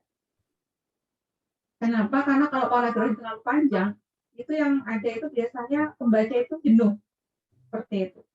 Terus kemudian yang berikutnya ada berapa kata maksimal. Kan? Nah, berapa kata maksimal ini tergantung dari berapa yang apa yang akan kita tulis. Seperti itu. Maka tadi di penjelasan di slide saya ada yang namanya tulis dengan baik dan benar. Menggunakan kalimat efektif. Misalnya bisa SP aja, berarti ada subjek dan predikat di sana. Kemudian atau SPO, ada subjek, predikat, objek. Kemudian ada SPOK, subjek, predikat, objek, dan keterangan. Seperti itu. Nah, sebenarnya ketika kita pengen melakukan self-editing ya, nanti ketika setelah menulis, selesai naskahnya, kemudian kita mau ngecek seberapa efektif kalimat kita, gitu, kita baca. Dan saran saya membacanya bersuara. Nah, ketika kita membaca dari kalimat per kalimat kita bersuara, Bunda, cek lagi. Ketika kita membaca kalimat tersebut, kita ngos-ngosan enggak? Ketika kita ngos-ngosan membacanya, itu sudah pasti kalimat Bunda itu kurang efektif. Berarti kita harus penggal nih, misalnya ya. Jadi kalimat yang efektif, mungkin dari satu kalimat yang panjang tadi bisa jadi 2 kalimat pendek, seperti itu. Nah, terus saya pertanyaan belum jawab semua ya? Ada yang belum? Pertanyaan Bu Anita Katarina? Bu Farida. Bu Farida. Oh, pertanyaannya. Ya, Bunda, terima kasih. Oh, sudah. Iya, terima kasih Bu Farida. Sama-sama. Kita cek di kolom chat dulu. Halo, Bu. Pertanyaan yang masuk ya. Kak Moderator, pertanyaan berdaya ya. Bu Anita. Sudah dipandu menulis naskah, kemudian naskahnya diterbitkan di antologi. Iya, Bunda Dira. Jadi outputnya, goalnya untuk Bu Menul tetap adalah antologi. Dan kali ini kita memang akan membuat ensiklopedi anak. Terus kemudian ada Bunda Rini Rahmawati juga, apa salah? Event ini menulis ensiklopedi ya, berupa antologi Bunda. Jadi cukup menulis satu naskah aja, nanti bareng-bareng.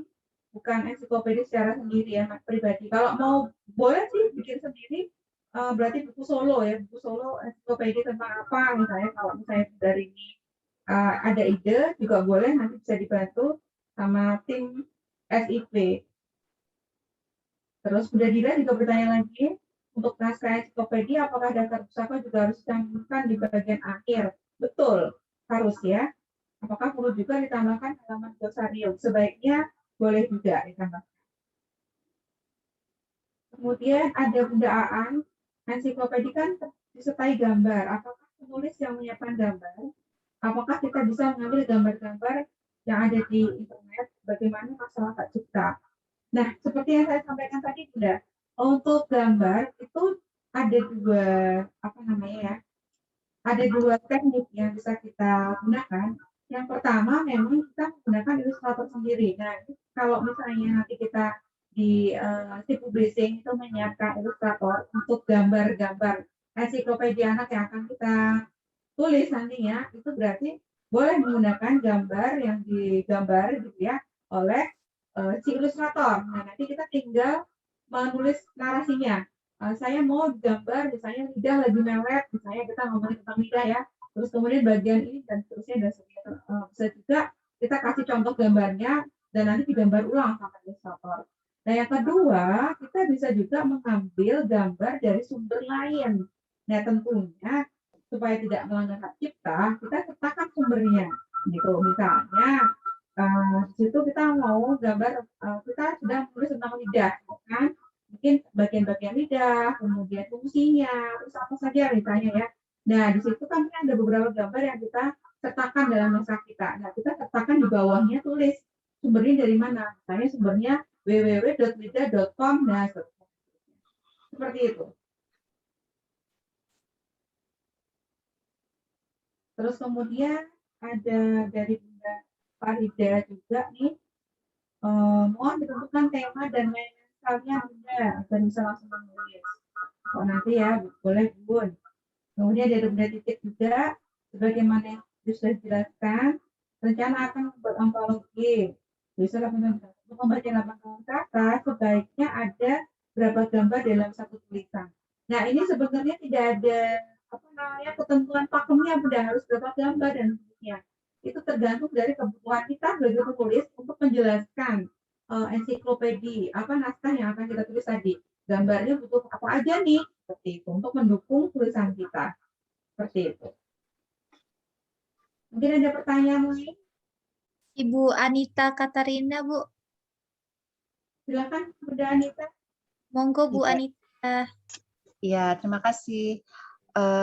Tadi agak putus-putus di saya, mungkin sudah dibahas. Yang saya ingin tanyakan yang pertama, apakah ini bersifat solo atau antologi itu untuk penulisan ensiklopedia anak? Kemudian yang kedua, kita kan mengambil bahan dari internet, tentu saja ada sumber referensi atau bahan bacaan. Apakah nanti di akhir daripada itu dibuat seperti daftar pustaka begitu, ataukah bagaimana, Bun? Itu pertanyaan saya. Terima kasih. Alhamdulillah, ini tadi sudah dijawab semua, Bunda, pertanyaannya. Ini adalah goalnya nanti adalah antologi. Nah, nanti temanya bisa kita tentukan bersama, temanya tentang apa. Terus kemudian untuk daftar pustaka, iya, nanti dalam setiap per naskah mungkin ya. Nah, itu nanti ada daftar pustakanya. Begitu, Bunda. Oh iya, terima kasih, Bun. Ada pertanyaan lagi, ini kayaknya di chat dari Bunda Ita. Ensiklopedia anak misalnya bisa tentang pengetahuan alam atau binatang, berarti isi naskah harus dijamin kebenarannya, itu pasti. Bukan kisah fiktif. Iya, betul, Bun. Kemudian Bunda Farida, tema ditentukan polling atau dikasih pilihan dari Bunda. Nah, ini monggo ya. Kalau mau dikasih ide dari saya boleh, kalau Bunda-Bunda juga punya ide sendiri untuk nantinya kita sepakati temanya akan tentang apa, itu juga boleh.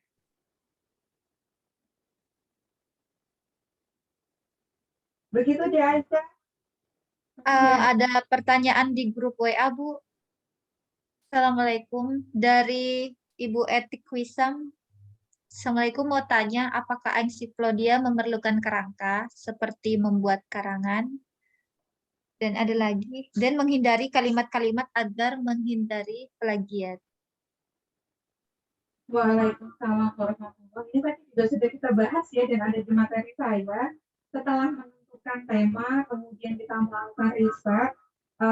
Yang ketiga adalah melakukan mind mapping ya. Mind mapping kan poin-poinnya apa saja, kemudian kita membuat kerangka tulisan. Jadi jawabannya iya, memerlukan kerangka tulisan. Terus menghindari plagiat, tadi juga kita sudah bahas ya, Ibu-Ibu. Bagaimana menghindari kalimat-kalimat sebagai plagiat, ya berarti kita memang harus menulis berdasarkan kalimat kita sendiri, seperti itu. Jadi kata per katanya tidak boleh sama dengan referensi yang kita baca. Maksudnya sama kok gitu ya, sama persis itu nggak boleh. Seperti itu.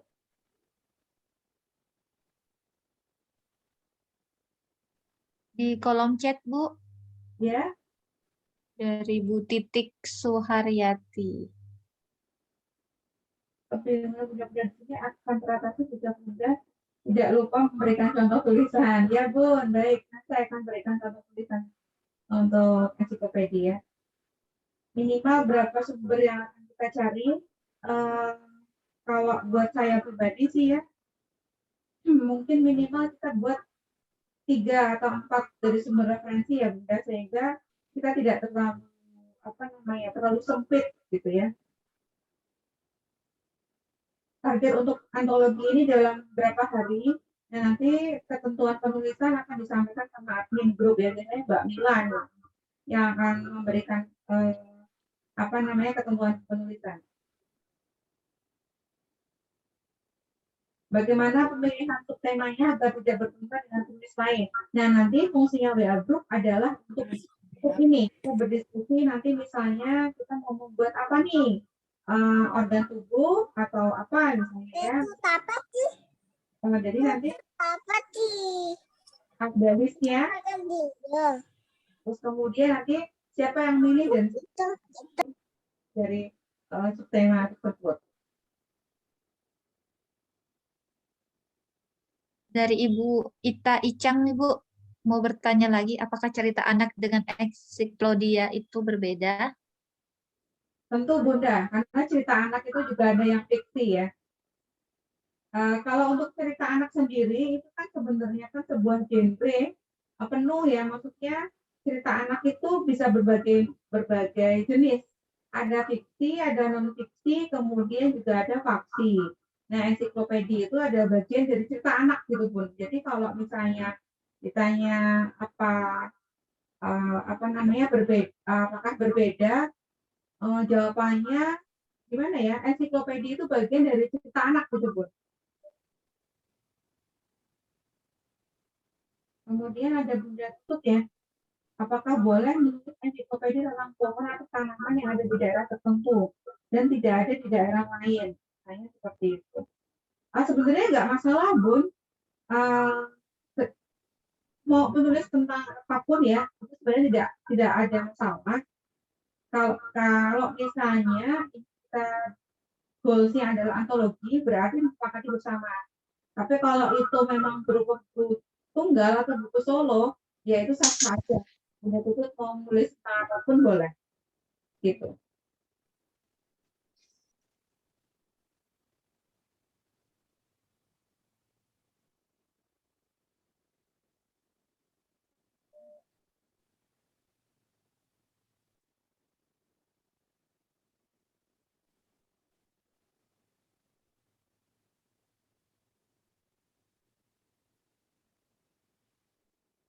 Baik, Daika, mungkin masih ada titipan pertanyaan lain? Ya Bu, saya lagi mencari. Dan ya Bun, mencari sumber referensi tidak disarankan dari situs yang open source seperti Wikipedia. Pertanyaan saya, situs apa saja yang recommended untuk dijadikan sumber referensi tulisan yang baik?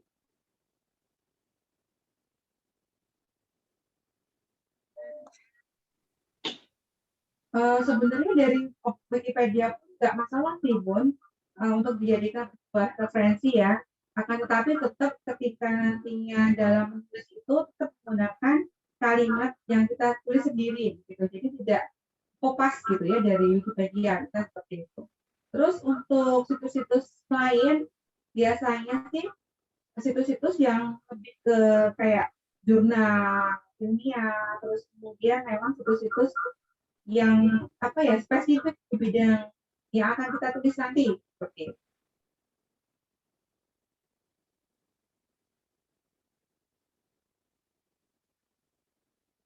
Nah, kalau untuk tema ini ada berapa ya? Ada 110 partisipan ya.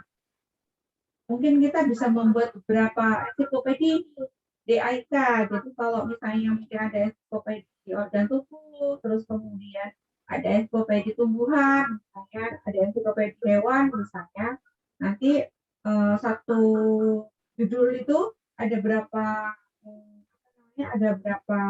kontributor di dalamnya, nanti bukan subtemanya misalnya untuk organ tubuh itu apa saja dan nanti disepakati dulu aja di WA group temanya tentang apa, tema besarnya.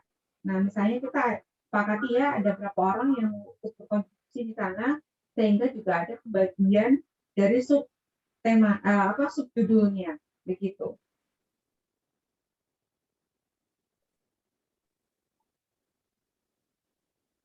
Ada pertanyaan tambahan dari Antika.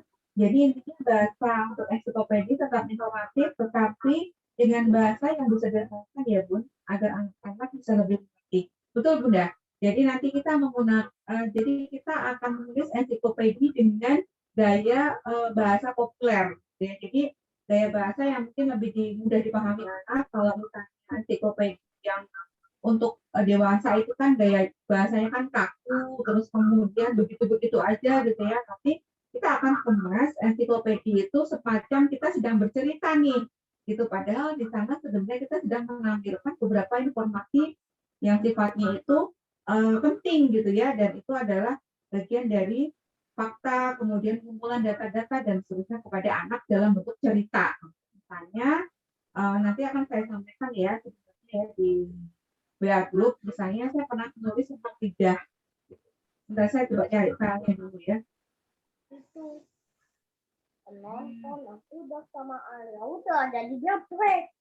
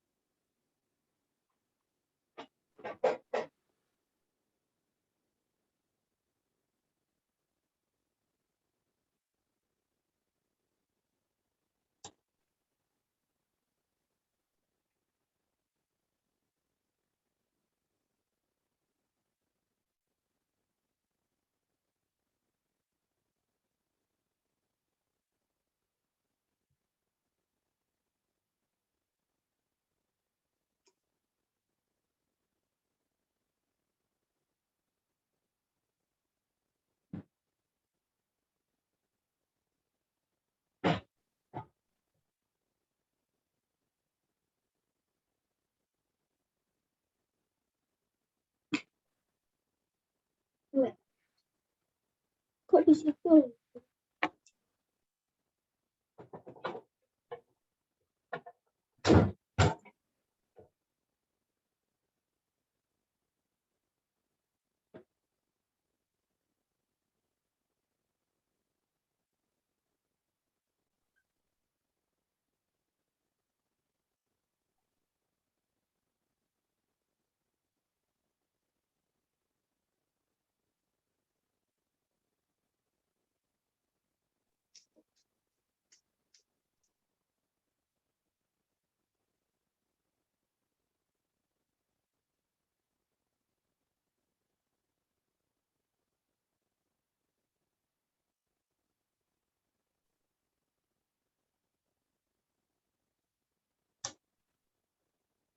Para bunda masih semangat nggak sih? Semangat Bun.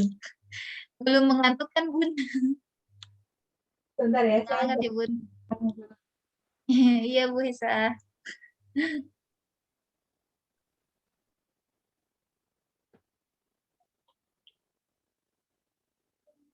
Iya Ibu Sofia. Wah iya, oke.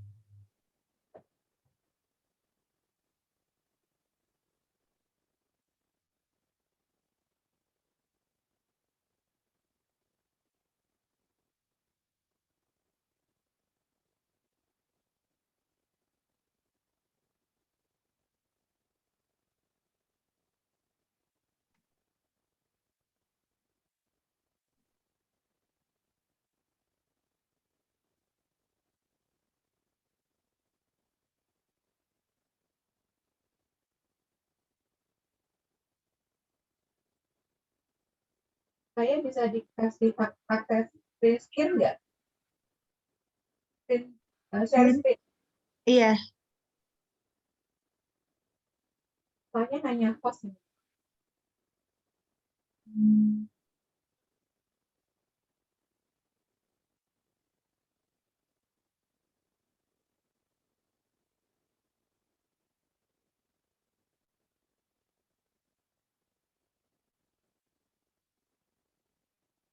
Apa materinya dikirim ke saya aja, Bu? Saya buka dari sini. Oh iya, saya kirim sebentar ya. Ya.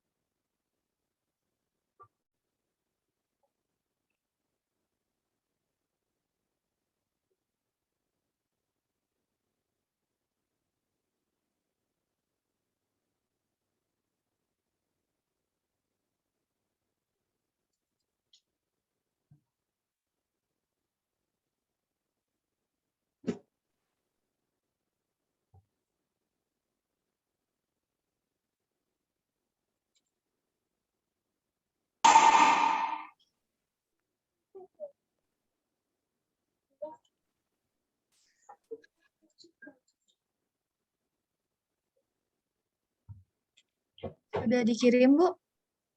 Ya.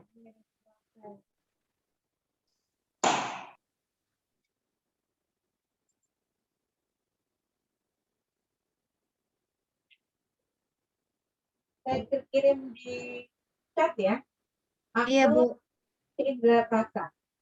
Ya.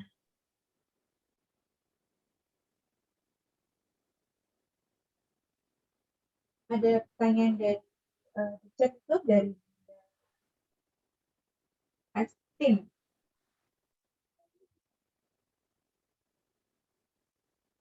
Terima kasih. Apakah nantinya buku ensiklopedia akan kita buat ini juga akan melalui proses registrasi? Ya, tentunya. Terus kemudian tiap buku yang dibuat namanya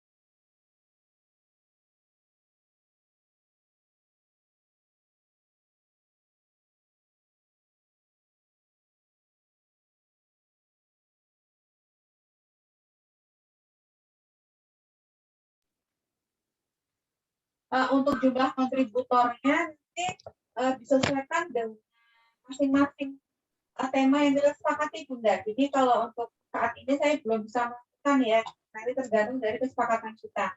Kita akan menulis tentang apa, terus kemudian subtemanya apa aja, sehingga nantinya baru ketahuan dalam satu buku itu ada berapa kontributor. Demikian Bunda, apa tadi ya yang bertanya di kolom chat.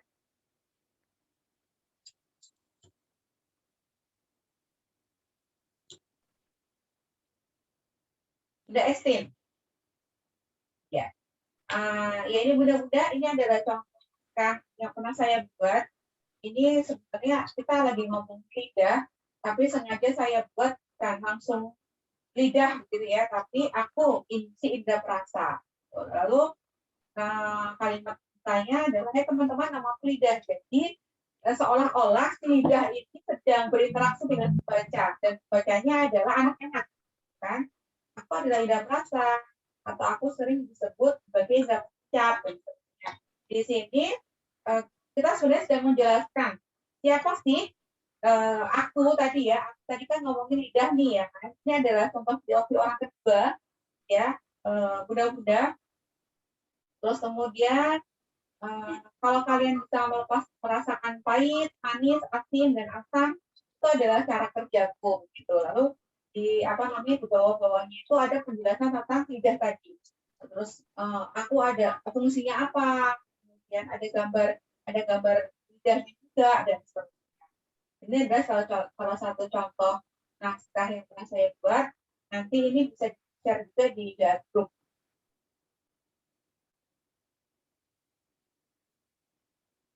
Nah, kira-kira begitu. Nah, itu ada aku tersebut atas otot rangka, gitu ya. Ini kan sebenarnya dari beberapa sumber yang saya baca, tapi kita kemas dengan gaya bahasa kita, Bu. Gitu.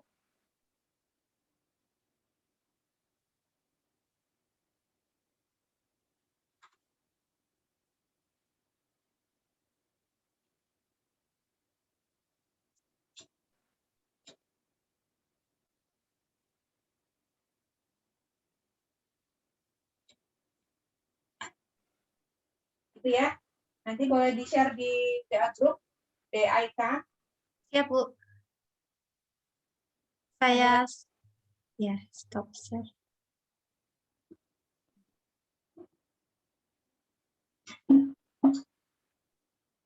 Ibu Imronah Nur.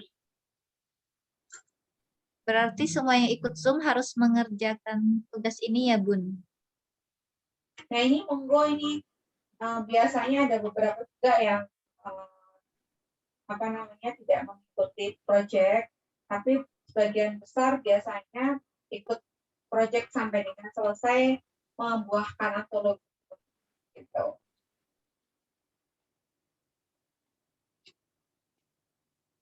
Ini sudah belum Bu Farida Surabaya? Mungkin apa temanya diberikan sama Bunda Hesa? Ada beberapa tema dan subtema dan kami yang jumlahnya banyak ini.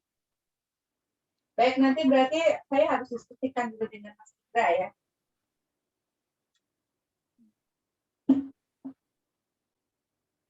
Untuk penentuan tema.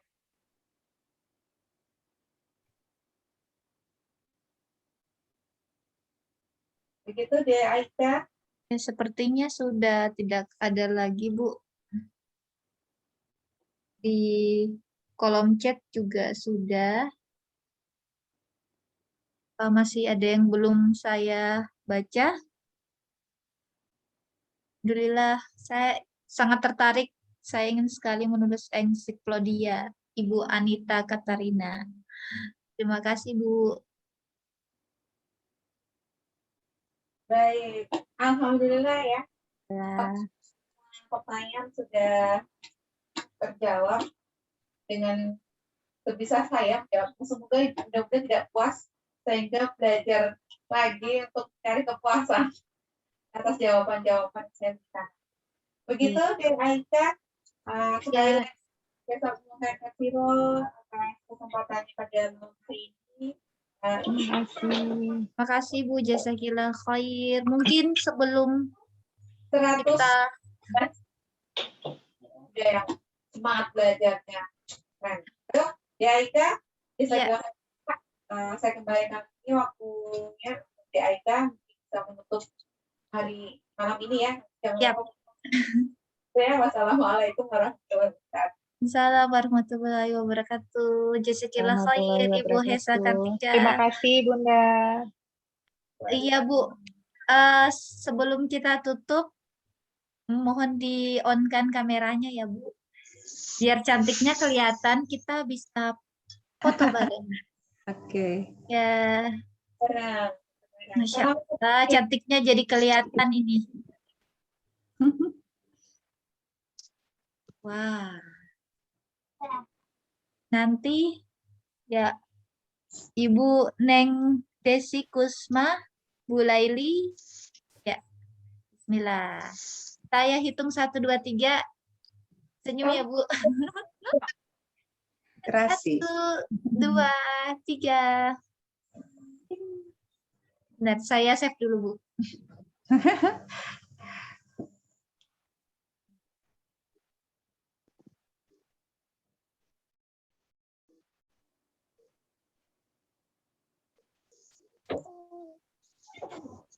Sekali lagi, masih ada 4 kali lagi.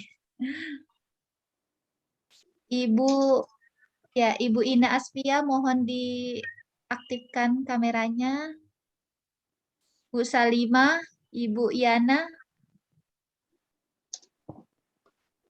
Ibu Eni, Bu Hayati, dan Bu Aan. Saya hitung 1, 2, 3, ya, Bu.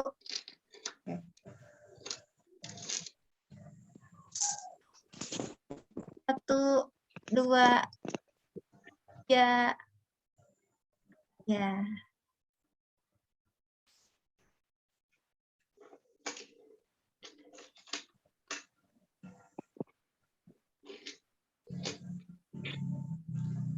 Ibu Hesa, terima kasih banyak Ibu. Mohon bimbingan.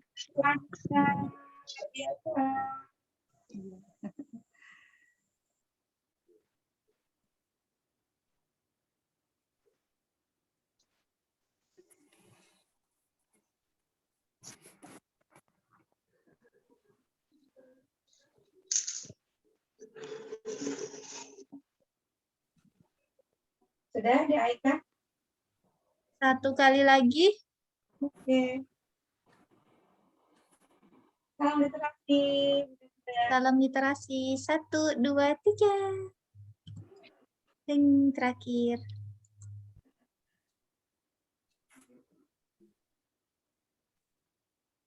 Oke.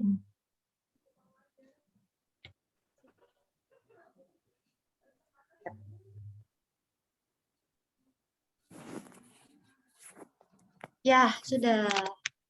Terima kasih ya, Bu Hesa, untuk penerbit SIP. Semoga sukses. Bismillahirrahmanirrahim. Terima kasih Bunda Esa. Terima kasih, Bu. Semoga dimudahkan semua urusannya. Iya, terima Amal kasih Bunda jariah. Nisa, Kak Ika. Semangatnya luar biasa. Semoga sehat selalu. Terima kasih penerbit Ya, SIP. mohon pamit. Assalamualaikum. Terima kasih. Iya, Assalamualaikum. Salam. Izin live ya. Inje, Bu. Monggo, Bu. Iya. Terima kasih Bu Hesa dan Mbak Ika. Oke, sama-sama Bu Ita. Ya, karena udah jam 9:30 ya, Bu. Saya mohon pamit, mohon maaf lahir batin. Terima kasih banyak Ibu-ibu. Semangatnya luar biasa sekali. Saya tutup dengan Assalamualaikum warahmatullahi wabarakatuh. Waalaikumsalam warahmatullahi wabarakatuh. Warahmatullahi wabarakatuh. Wabarakatuh.